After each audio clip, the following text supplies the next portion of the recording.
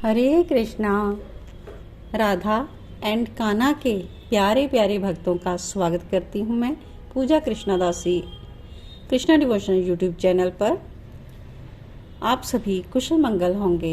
प्रभु से ऐसी मेरी सबके लिए मंगल कामना है। हम सभी श्री कृष्ण चरित अमृतम का श्रवण कर रहे हैं, आस्वादन कर रहे हैं प्रभु की अद्भुत लीला और कथाओं का।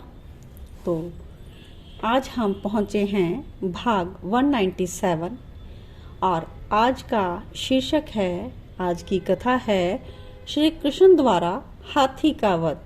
हाथी का वध मथुरा की नगरी में करते हैं भगवान श्री कृष्ण। तो क्यों और कैसे, आज की कथा में हम श्रवण करेंगे। उद्धव जी विदुर जी को कहते हैं कि तात कंस वीर था, मल्ल युद्ध का ये व्यसनी था। शस्त्र बल से ज्यादा इसे अपने बाहुबल पर भरोसा था और अपने वीरों को ये यही शिक्षा देता था कि शस्त्र बल से ज्यादा बाहुबल मुख्य है। उद्धव विदुर जी को आगे प्रसंग सुनाते हुए कहते हैं, बड़े बड़े मल्लों को इसने पाल रखा था। विश्व के सर्वश्रेष्ठ मल्ल इसी के यहाँ मिलते थे। मल्ल कौन? जो युद्ध करते थे, कुश्ती लड़ते थे। सप्ताह में, मास में, वार्षिक शिवरात्रि के उत्सव में ये मल्ल युद्ध रखता ही था और मल्ल युद्ध में जो हार जाए उसे मृत्यु, जीता हुआ मल्ल ही उस हारे मल्ल को बीच में से ही चीर देता था। ये कंस जब बालक था ना, तभी ये दिग्विजय करने निकला था। इसने भारतवर्ष में भ्रमण किया और कहते हैं कि ये पताल में बानासुर के पास भी गया, उसे ललकारा था। बानासुर हंसा, तू बालक है मेरे सामने, त्रेता युग के वीर रावण तक को मैंने धूल चटाई है, तो तू क्या है। कंस को बानासुर ने पकड़कर 7 लोक नीचे पहुंचा दिया, पर कंस भी कोई कम नहीं था। कंस ने तुरंत बानासुर को पकड़कर ऊपर के 7 लोगों में ले गया। बानासुर को भी चक्कर आ गए, वो कुछ देर तो संभल भी ना सका। हारता तो क्या, पर अपने समकक्ष का वीर स्वीकार करना ही पड़ा बानासुर को भी। कंस अपने बाजुओं का बल रखता था। इसके सारे राक्षस मल्ल थे, विश्व के कोने कोने से आते थे और मथुरा के नागरिकों का मनोरंजन कंस इन्हीं से करता था। अब अगला सीन है मथुरा के महल का।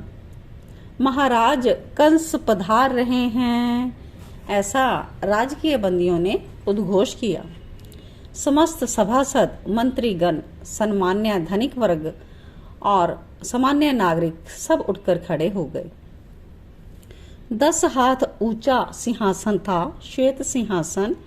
कस के वस्त्र थे जो, वो भी श्वेत, मुकुट भी श्वेत, छत्र भी श्वेत, मस्तक में चंदन श्वेत, श्वेत पुष्पों की माला, सब कुछ श्वेत था कंस का आज। शायद काली रात में देखे गए काले सपनों को मिटाने के लिए इसने श्वेत ही सब कुछ पहन लिया था। भयानक अपशकुनों से बचाव श्वेत परिधानों से ही होगा। कंस के पुरोहित ने ऐसा कहा था, इसलिए सब कुछ श्वेत ही श्वेत धारण किया था इसने। सिंहासन में बैठा है राजा कंस, चारों ओर देख रहा था। मध्य में कुश्ती होगी। सामने ही चानूर, मुष्टिक, शल, तोशल, ये सब अपने देह में तेल का मर्दन कर रहे थे। कंस उन्हें देखता है और इशारा करता है कि मसल देना उन बालकों को। वो भी कंस को प्रसन्न करते हैं। कंस को चिंता न करने की बात दूर से ही कह देते हैं और प्रसन्न कंस मूंछों में ताव देता है। तभी सामंत, मंडलेश्वर, प्रमुख धनिक वर्ग उठा। क्रम से सब उठ रहे हैं।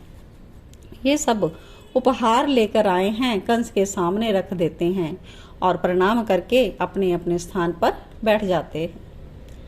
कंस को इन सब से कोई लेना देना नहीं है। उसकी आंखें खोज रही हैं वृंदावन के गोप प्रमुख ब्रजराज को। पूछता है, ब्रजराज कहाँ हैं? वो क्यों नहीं आए अभी तक?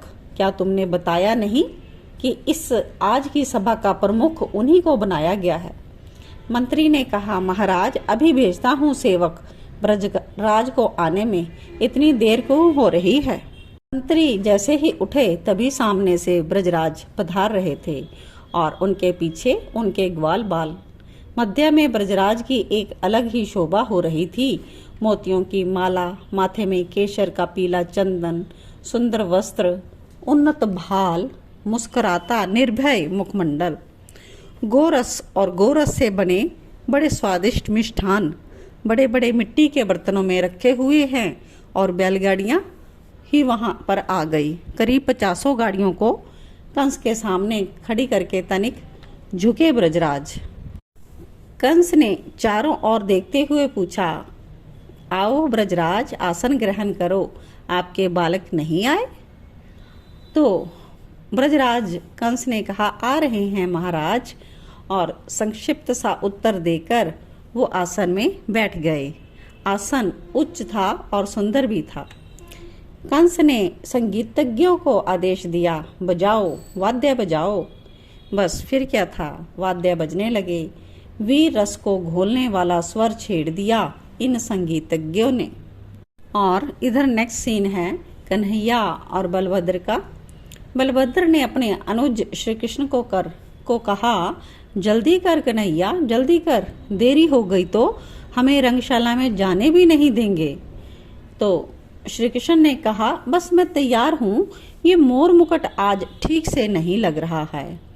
तो श्री दामा आगे आए, कहते हैं, रुक मैं लगा देता हूँ, और उसने मोर मुकुट ठीक ठाक लगा दिया। फिर दूर जाकर देखने लगा, हाँ अब ठीक है। पीताम्बरी धारण की, मोतियों की माला, गुंजा की माला। और मनसुख ने ऐसे ही पूछ लिया, मथुरा से अपनी मैया के लिए क्या ले जाएगा। कन्हैया ने मनसुख के मुख की ओर देखा, चौंक कर देखा, ये पूछ क्या रहा है, क्यों तेरी मैया तुझसे इतना प्रेम करती है, उसके लिए इस महानगर से कुछ नहीं ले जाएगा। ले जाऊंगा ना, देखता हूँ वहाँ शायद कुछ मिल जाए। ये कहते हुए अपने सजल नयनों को छुपा लिया कन्हैया ने। अब चलो दाऊ भैया। श्री कृष्ण चल दिए दाऊ भैया के साथ। उनके साथ सब ग्वाल बाल सजे धजे चल रहे थे। आज मथुरा के मार्ग में भीड़ नहीं थी, क्योंकि सब कंस की रंगशाला में जा चुके हैं। और तेज चाल से चलते हुए ये सब भी पहुंचे रंगशाला के द्वार पर। वहां पर पहुंचकर इन्होंने देखा, ये पर्वत जैसा हाथी, सफेद हाथी था वो, बड़ा ही विशाल उसका देह था, और कुबलिया पीड़ इसका नाम था। मगध नरेश जरासंध का हाथी था वो, इसमें बहुत शक्ति थी। कहते हैं जब कंस 8 वर्ष का था तब मथुरा में आक्रमण करने आया था जरासंध, और यमुना के किनारे ये अपनी सेना को लेकर रुका था। तब कंस खेलते हुए वहां पहुंचा। हाथी सफेद था, बड़ा पर्वतकार, तो इसे अच्छा लगा। उसी समय जरासंध वहां आ गया। कंस को देखकर समझ गया ये मथुरा का युवराज है, तो बोलता है, तुझे कुचल देगा ये हाथी, तू कुछ नहीं कर सकता। जरासंध ये कहते हुए हंसा, पर कंस सहज ही रहा। कुबलिया पीड़ आगे बढ़ा और कंस को अपनी सूंड से उठाकर फेंकने ही वाला था, पर कंस ने फुर्ती से उस हाथी का सूंड पकड़कर घुमाकर दूर फेंक दिया। जरासंध चकित था, ये हाथी कोई साधारण नहीं था। इंद्र के हाथी ऐरावत का रक्त इसमें था, पर कंस ने इसे पराजित किया। जरासंध ने कंस को अपना जमाई बना लिया और अपनी 2 बेटियां इसको दे दी। कंस की वीरता से यह बहुत प्रसन्न था। तो यह कुबलिया पीड़ हाथी के संबंध में बात बताई गई थी। अब आगे जब कन्हैया और बलभद्र ने देखा तो बलभद्र भैया ने कहा, 1000 हाथियों का बल इस अकेले हाथी में है। तो कन्हैया का जो मित्र है मनसुख, तो कहता है, हटो, महावत हाथी में बैठा है और ग्वालों को भगा रहा है। तो मनसुख कहता है हमारे मामा जी को हाथी है, अगर छू भी लिया तो तेरा क्या है इसमें। तो वो कहता है आगे से, इस हाथी को संभालना मुश्किल है, यह मतवाला ही बना रहता है, मद इससे चुआता ही रहता है, कब किसको कुचल देगा कोई पता नहीं। ये युद्ध के काम का हाथी है, कोई सवारी के मतलब का नहीं। कितना अच्छा श्रृंगार किया था इस हाथी ने भी, श्री कृष्ण हाथी से दूर जा ही नहीं रहे थे। कहते हैं देखो इसके मस्तक में सिंदूर लगा दिया है, इसके सूंड में पत्रावाली की गई है। ये कहते हुए हाथी के सूंड को भी छूते हैं। जब श्री कृष्ण छूते हैं तो अब हाथी को चिढ़ होने लगी, क्योंकि वो युद्ध वाला हाथी है। मनसुख, ये दांत हाथी के, ये सफेद दांत मैं यही दूंगा अपनी मैया को, वो चूड़ी बना लेगी इसकी, बहुत प्रसन्न होगी। कन्हैया बोले। तभी सूंड से हाथी ने श्री कृष्ण को दूर फेंक दिया।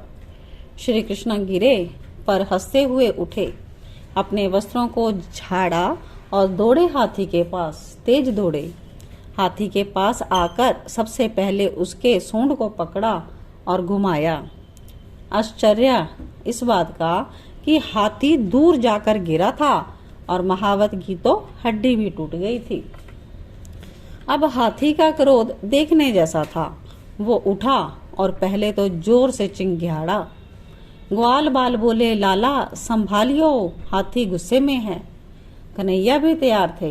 हाथी जैसे ही आया पास में, फिर सूंड पकड़कर कन्हैया ने उसे घुमाया और घुमाते ही चले गए और फिर फेंक दिया हाथी को।